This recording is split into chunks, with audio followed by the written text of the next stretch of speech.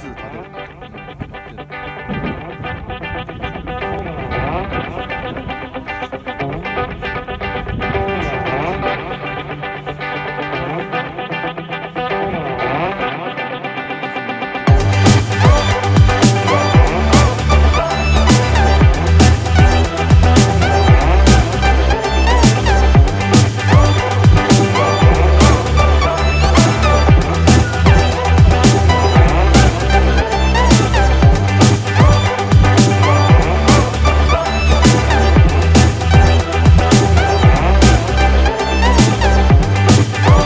ようやく足を伸ばしてお風呂に入れます。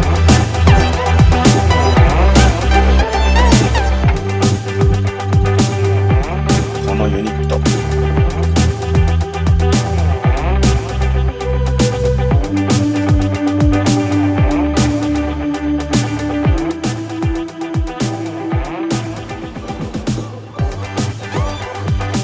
灯油タンクから油出てくることあるので、コースを高く位置しながら解体していくといいと思います。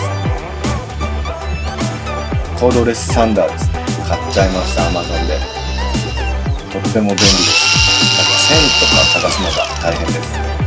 ここでは電気がなかったのでとても便利です。これびっくりしましたね。僕が15年ぐらい前に働いてた、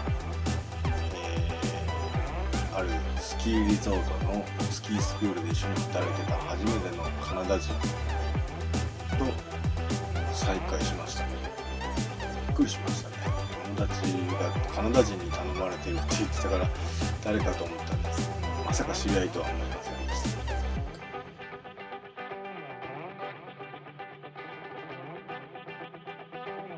中をばらしてます。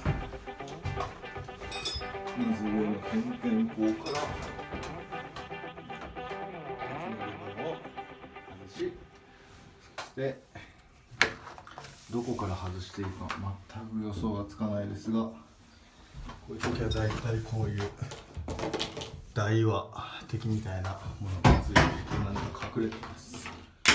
このビスを外して解体していきます。ビスが取れると天井が上に上げるだけで取れます。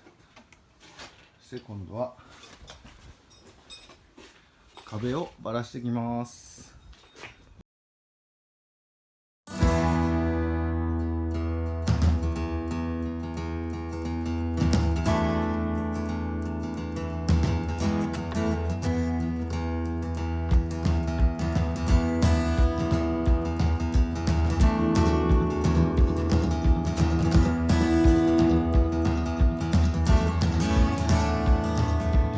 こびりついてるコーキングなかなか剥がれづらくて、無理したらバキッとか言って折ることあるので、カッター入れるとだいぶ簡単に剥がれます。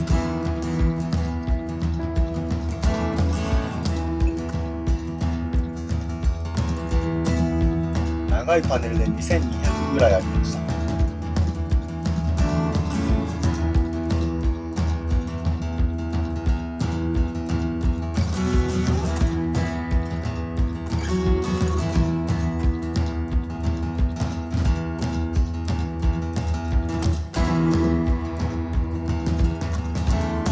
グラスウールがチクチクするのであまり触らない。